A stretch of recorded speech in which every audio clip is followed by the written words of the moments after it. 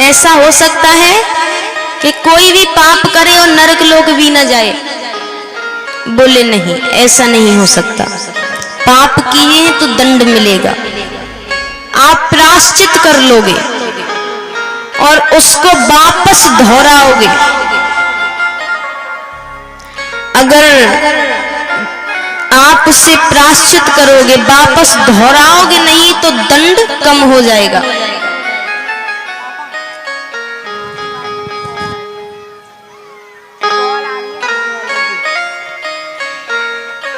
बोले अगर पाप किए हैं तो नरक लोक तो जाना पड़ेगा। बोले नहीं, कोई ऐसा रास्ता होगा कि हम पाप भी करें और नरक भी न जाएं। सुखदेव जी कहते हैं आप पापियों के भी भला चाहते हो, एक तरीका है, सुनने से आसान है। यहाँ बैठे आधे लोगों को लगेगा कि हमारा काम तो हो गया, करना उतना ही कठिन है। क्या करना होगा? सुखदेव जी कहते हैं अंत समय में अगर भगवान का नाम मुख से निकल जाए तो नरक नहीं जाते, लेकिन जन्म जन्म मुनि जतन कराई, अंत राम मुख आवत नहीं। इतना आसान नहीं है अंत समय में भगवान का नाम लेना। क्यों? पहला कारण, जब मृत्यु आती है तो भयंकर पीड़ा होती है, पूरे शरीर में भयंकर पीड़ा होती है, ऐसी पीड़ा जिसका आप अंदाजा नहीं लगा सकते। तो वो पीड़ा उस पे से ध्यान नहीं हटता, और अगर ध्यान हट भी जाए तो ध्यान कहाँ जाता है? बच्चों से मिल लूं, पत्नी से मिल लूं, पति से मिल लूं, माता से मिल लूं, उससे मिल लूं। भगवान दूर दूर तक किसी के ख्यालों में नहीं आते, लेकिन अंत समय में भगवान का नाम ले लिया तो नरक तो नहीं जाओगे। अब सांसारिक जीव किसी भी बात को सच कम मानते हैं, बताइए। मान लीजिए हम केस इत्यादि लड़ते हैं, सच कम माना जाता है? सबूत चाहिए। राजा परीक्षित ने कहा कि कभी किसी के साथ ऐसा हुआ है? सिर्फ कहने से मान ली ये बात, किसी के साथ हो चुका हो, बीत चुकी हो, तब मानेंगे। सुखदेव जी कहते हैं कन्नौज नगरी में एक ब्राह्मण रहते थे, भगवान के बहुत अच्छे भक्त। उनका एक बेटा था जिसका नाम था अजामिल। क्या नाम था? अजामिल। एक बार खेलते खेलते वन की ओर चला जाता है। वन में एक शूद्र दंपति को संभोग करते हुए देखता है। बाल हृदय है, बुराई प्रवेश कर गई। बुराई हमारे नेत्रों से प्रवेश करती है, इसलिए कहा जाता है देखना हो तो अच्छी चीजें देखना चाहिए। नैनों से बुराई प्रवेश कर गई। कहते हैं अगर आंख बिगड़ जाए तो मन बिगड़ा।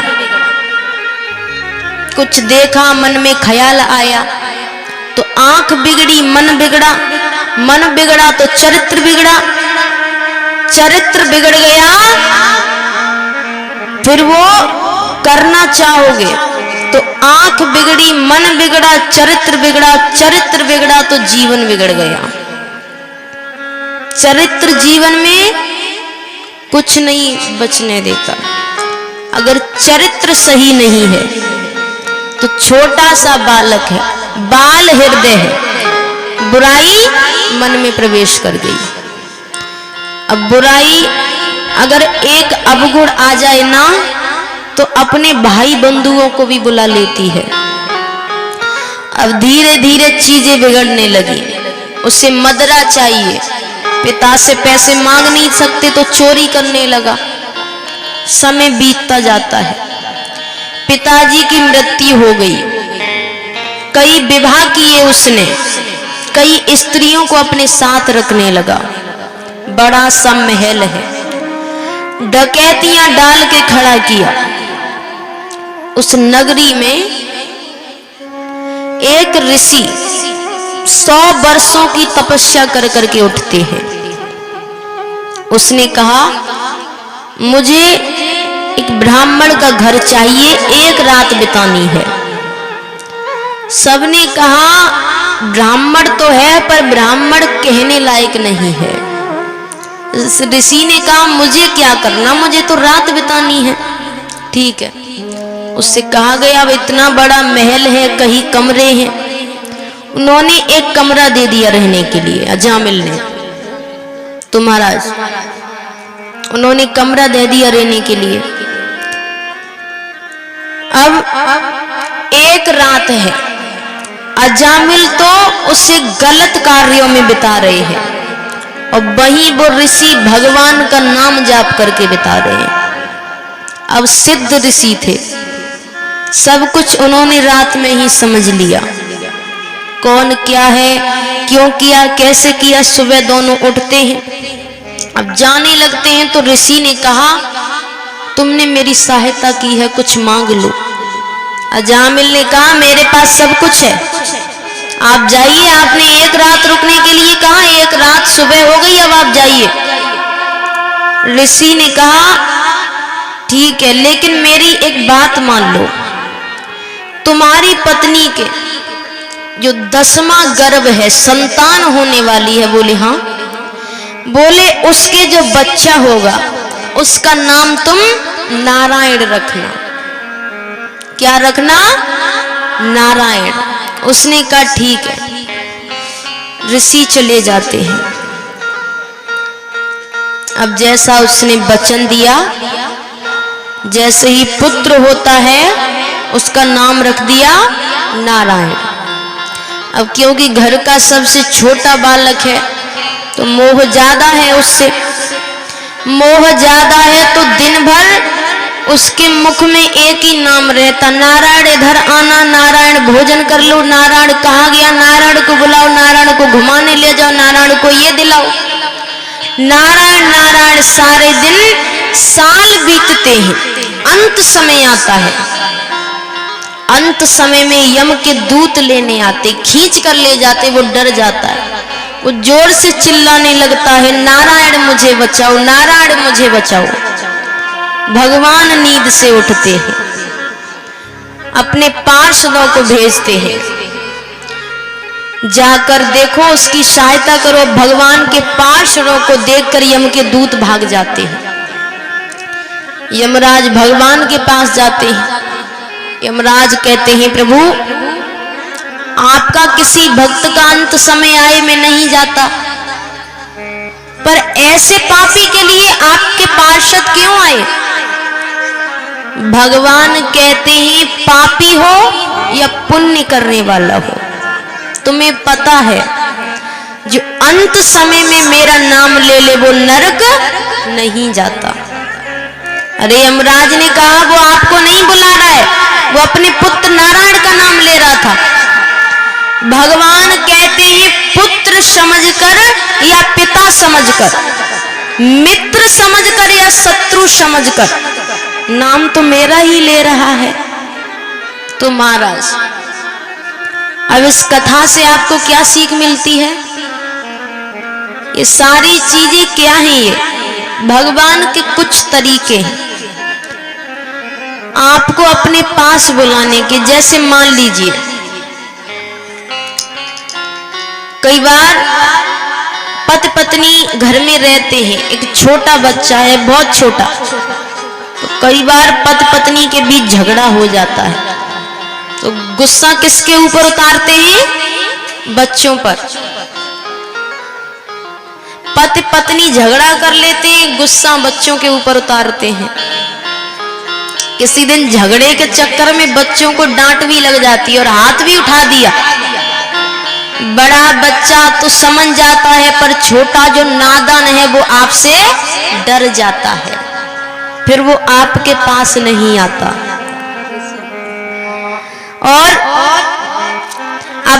उसे पास बुलाते हैं। कैसे बुलाते हैं बताइए? कोई बच्चा आपसे डर जाए तो आप उसे अपने पास कैसे बुलाएंगे? लालच देकर, चॉकलेट दिलाओ, आइसक्रीम दिलाओ, बाहर घुमाने ले जाओ, इधर आओ, क्योंकि वो लालच में आकर के तुम्हारे पास आएगा। तो ऐसे ही हमारे दुख इत्यादि आते हैं तो हम थोड़ा डर जाते हैं, भगवान से दूर हो जाते हैं ना।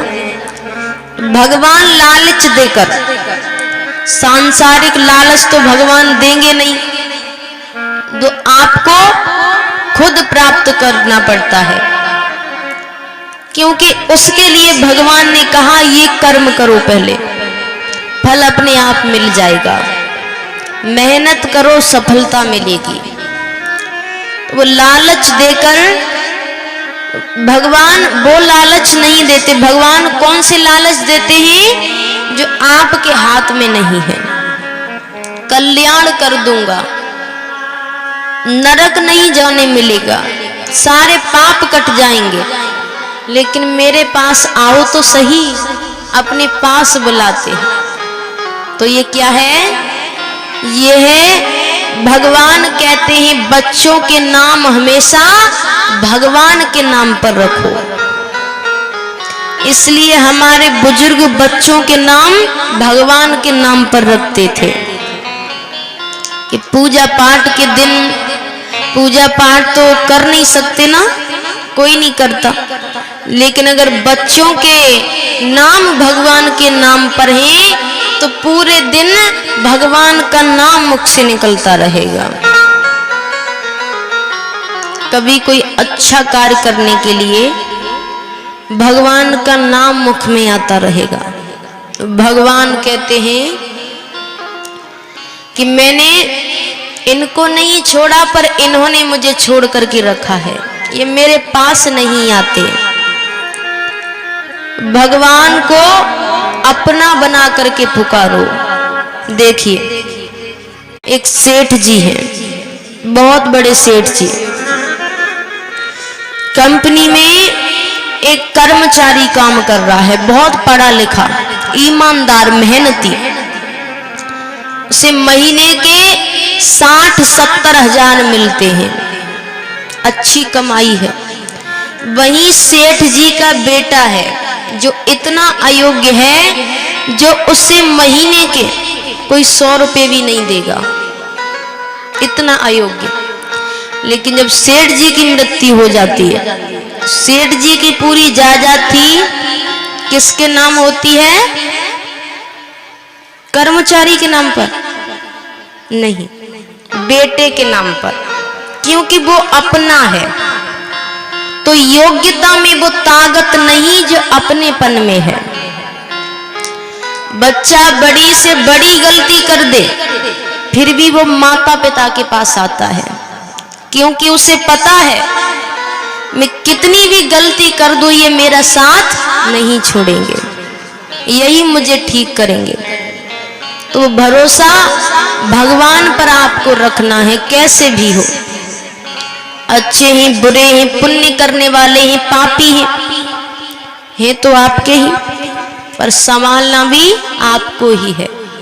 आइए, जो सच में इस बात को मानते हैं तो हम भी यही दुआ करेंगे, अपनापन भगवान से बढ़ाएं। जैसे एक छोटा बच्चा, उसके सामने उसकी माता से कह दो कि ये मेरी मम्मी है, तो कितना क्रोध में आ जाता है, तुम्हारी नहीं मेरी मम्मी। असली भक्त कहता है कि हम तुम्हारे थे प्रभु जी और हम तुम्हारे ही, हम तुम्हारे ही रहेंगे ओ मेरे प्रियतम। और सिर्फ हम ही नहीं, तुम हमारे थे प्रभु जी, तुम हमारे ही, तुम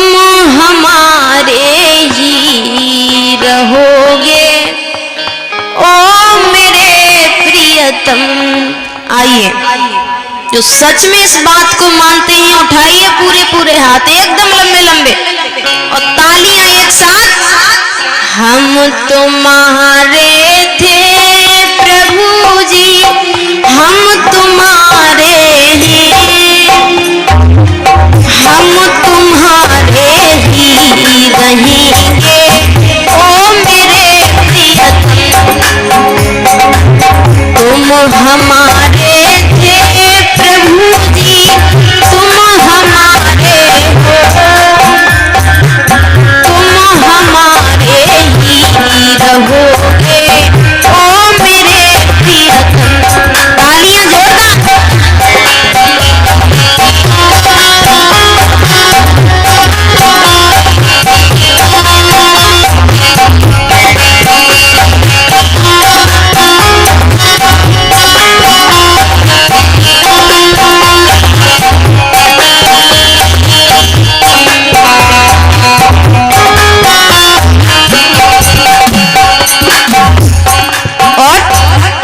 भक्त कहता है सच्ची बात है, इन्हें छोड़ करके कोई अपना नहीं है। तो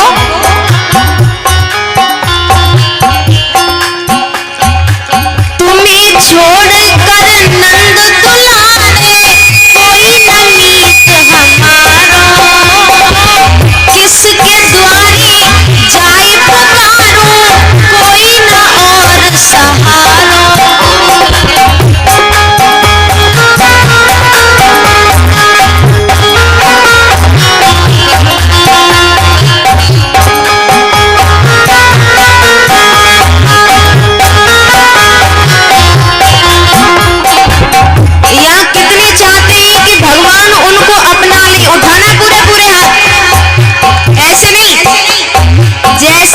छोटा बच्चा अपनी माँ की गोद में जाने के लिए कहता है कैसे, अब तो आके बाह पकड़ लो ओ मेरे प्रियतम। तुम हमारे थे प्रभु जी, तुम हमारे हो, तुम हमारे ही रहोगे ओ मेरे प्रियतम।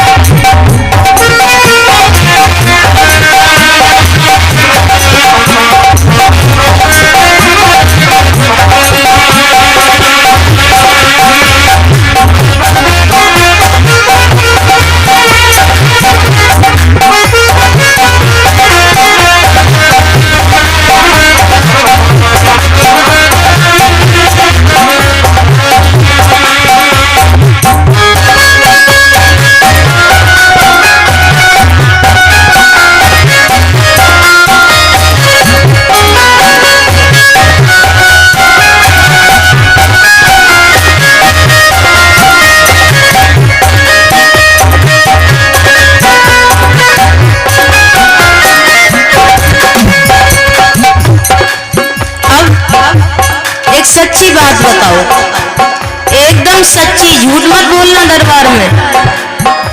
अगर भगवान आपको पूर्ण रूप से मिल जाए, पूर्ण रूप यानी एक झलक नहीं या फिर दर्शन नहीं, यानी आप और वो हमेशा साथ रहे, वो आपके पास रहे, आप उनके पास रहो, तो आप ये संसार छोड़ सकते हो? बताइए। नहीं छोड़ सकते। कोई ना, भक्त कहता है तेरे कारण सब जग छोड़ा, तुम संग नाता जोड़ा। तेरे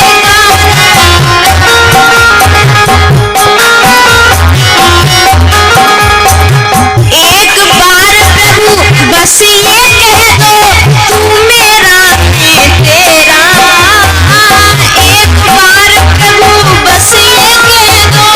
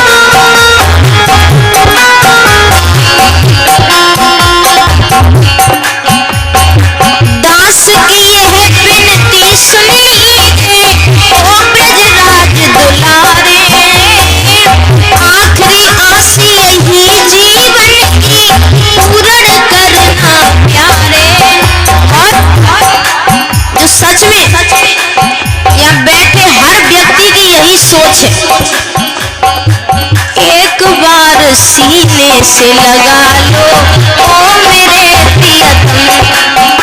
सच में इस बात को मानते हैं, तालियां जोरदार। एक बार हृदय से लगा लो ओ मेरे प्रियतम। तुम हमारे थे प्रभु जी, तुम हमारे हो, तुम हमारे ही रहोगे ओ मेरे प्रियतम। हम तुम्हारे थे प्रभु जी, हम तुम्हारे ही, हम तुम्हारे ही रहेंगे ओ मेरे प्रियतम। हम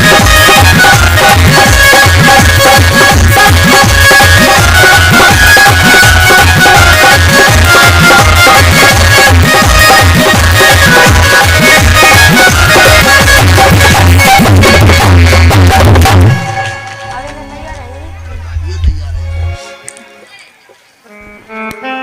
बोलिए ठाकुर जी महाराज की जय हो।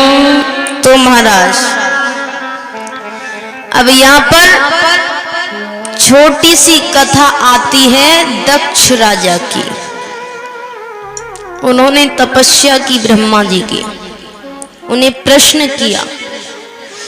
प्रश्न कर कर ब्रह्मा जी ने पूछा क्या चाहिए वरदान में।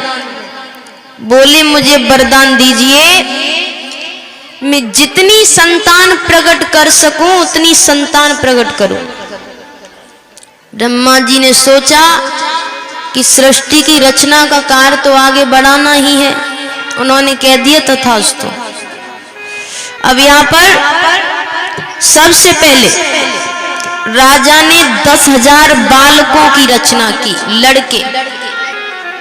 उनसे कहा तपस्या करने जाओ, उसके बाद गृहस्थ का पालन करना। अब एक साथ 10,000 लोग कहीं जा रहे हैं। नारद जी ने देखा इतने सारे लोग एक साथ कहां जा रहे हैं। नारद जी ने उन्हें रोका, रुको कहां जा रहे हो, कौन हो। बोले हम दक्ष राजा की संतान हैं। बोले कहां जा रहे हो। बोले तपस्या करने जा रहे हैं। फिर बोले फिर गृहस्थ का पालन करेंगे। नारद जी ने कहा ये सीख किसने दी। सोना पहनने के बाद कोई पीतल पहनता है क्या। तप करने जा रहे हो, उसके बाद संसार में पड़ जाओगे। अब देखा जाए तो गृहस्थ का मतलब आप संसार में पड़ गए। तो नारद जी ने कहा ये क्या करने जा रहे हो। नारद जी ने कहा सुनो, एक प्रश्न पूछता हूं, उत्तर दे दिया फिर तो जब मन में आए वो करो, नहीं दिया तो तपस्या ही करते रहना। ठीक है, क्या प्रश्न। बोले ये जो धरती है इसकी आदि कहां पर है और अंत कहां पर है। शुरुआत कहां से होती है और अंत कहां पर होता है, बताइए।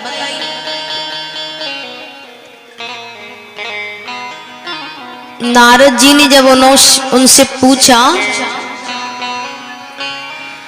जो चीज गोल होती है, गोल होगी उसकी शुरुआत आप नहीं कर सकते, अगर उसकी तो हर जगह से ही शुरुआत है और हर जगह ही अंत है।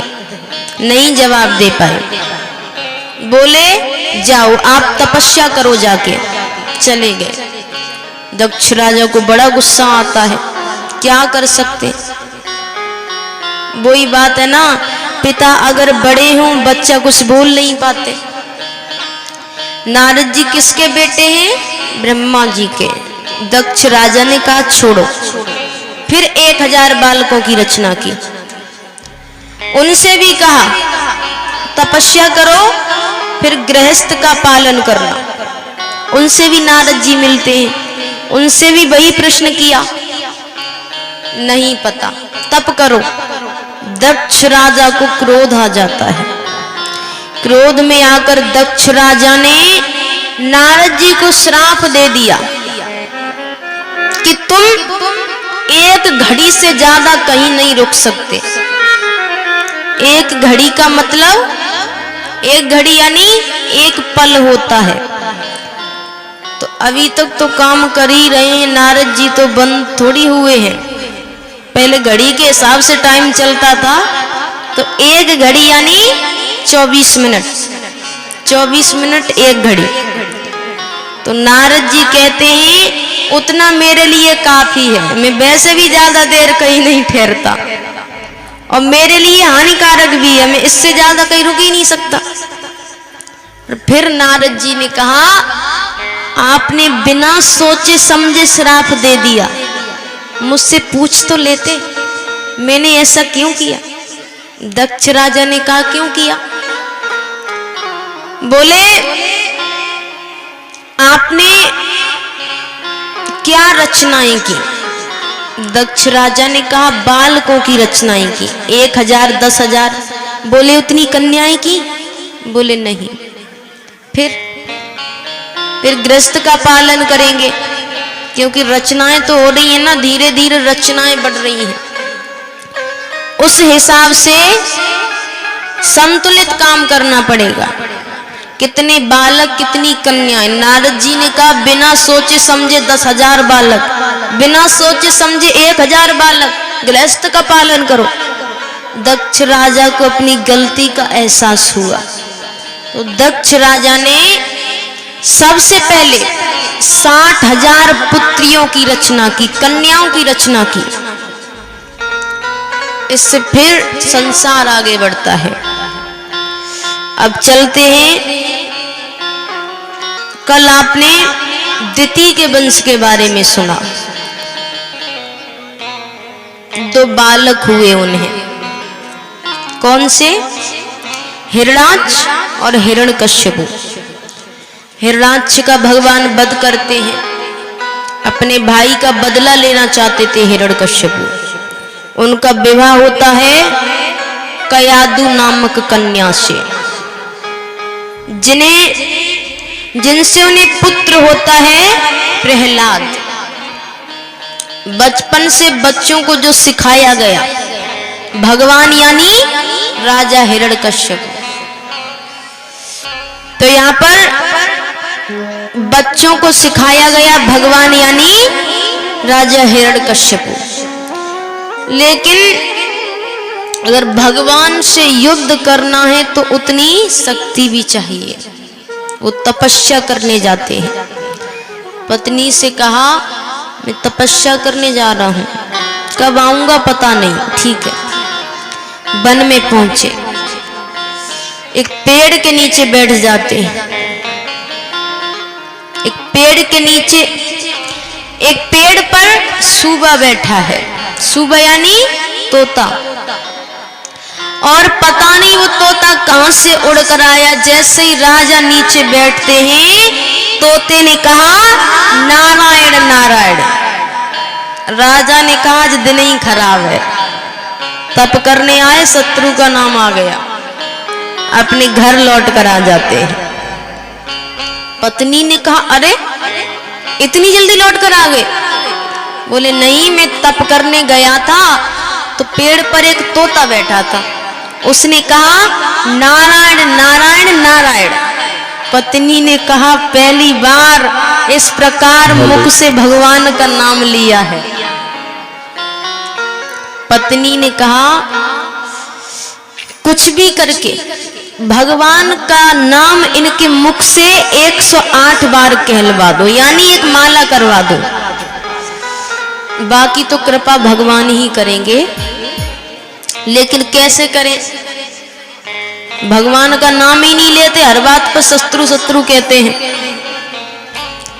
तो हर थोड़ी देर में कयादु आए, प्रभु आप तपस्या करने गए थे, इतनी जल्दी लौट कर आ गए? हिरण्यकश्यप बोले अरे बताया नहीं था मैंने, मैं तप करने गया, पेड़ पर एक सूबा बैठा था, उसने कहा नारायण नारायण नारायण 6 बार। करते करते पूरे दिन हर थोड़ी देर में आकर वो एक ही प्रश्न करे। रात रात में उसने 105 बार नाम कहलवा लिया। अब बचे और 3। अब बड़ा डर लग रहा है।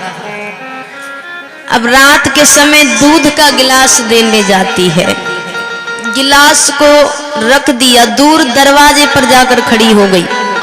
स्वामी आखिरी बार, अब क्या करें?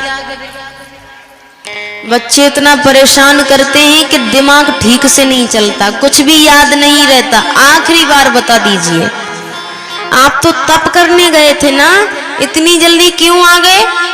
बड़े क्रोध में आकर कहते हैं, कहा ना मैंने, मैं तप करने गया था, पेड़ पर एक सूबा बैठा था, उसने कहा नारायण नारायण नारायण। उसने कहा अब याद रहेगा। फिर कुछ दिनों बाद वापस जाते हैं, जैसा लगता है चलो अब समय थोड़ा सही है, अब तपस्या करते हैं। बहुत समय तक तप करते हैं। ब्रह्मा जी खुश होते। ब्रह्मा जी ने पूछा क्या चाहिए वरदान में? बोले मुझे अमर कर दो।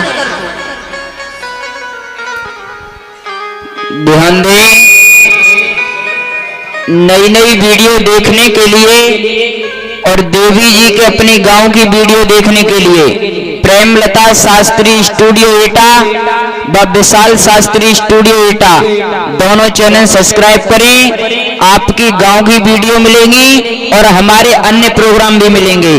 प्रेमलता शास्त्री स्टूडियो एटा व विशाल शास्त्री स्टूडियो एटा दोनों चैनल सब्सक्राइब करें, वीडियो लाइक करें। धन्यवाद। तो महाराज कहा ब्रह्मा जी ने क्या चाहिए वरदान में? बोले मुझे अमर कर दो। ब्रह्मा जी ने कहा ये मेरे हाथ में नहीं है। अमरता का वरदान, अमरता का वरदान केवल विष्णु भगवान पर है, सिर्फ वो अमर कर सकते हैं। कुछ और मांगो। बोले क्योंकि तुमने मेरे वरदान को टाल दिया, अब मैं जो मांगूंगा तुम्हें वही देना पड़ेगा। ब्रह्मा जी ने कहा ठीक है मांगो।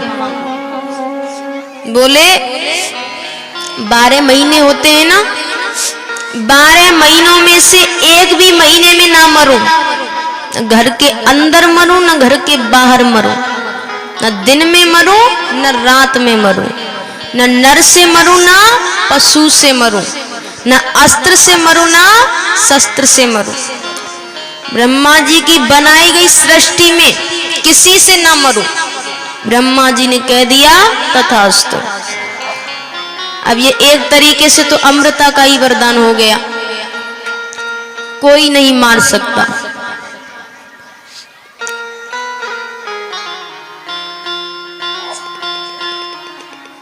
कोई भी समय आ जाए, चाहे वो कितने भी पाप करे, उसे कोई नहीं मार सकता। कैसे मरे वो? उसने कहा अब आए सामने। अब यहाँ पर प्रहलाद जी का जीवन दिखाया जाता है। खेलते खेलते बाहर निकल जाते हैं, कुमारिन का घर आता है, वो रो रही है। प्रहलाद जी ने पूछा क्यों रो रही हो?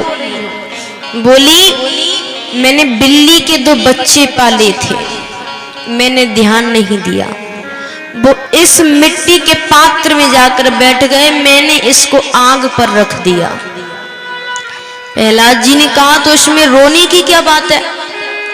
बोली मैं भगवान से प्रार्थना कर रही हूं कि इन्हें जीवन दान दे। प्रहलाद जी कहते हैं मुझसे कह दो, मैं भगवान से कह दूंगा। अरे राजकुमार आप भगवान को जानते?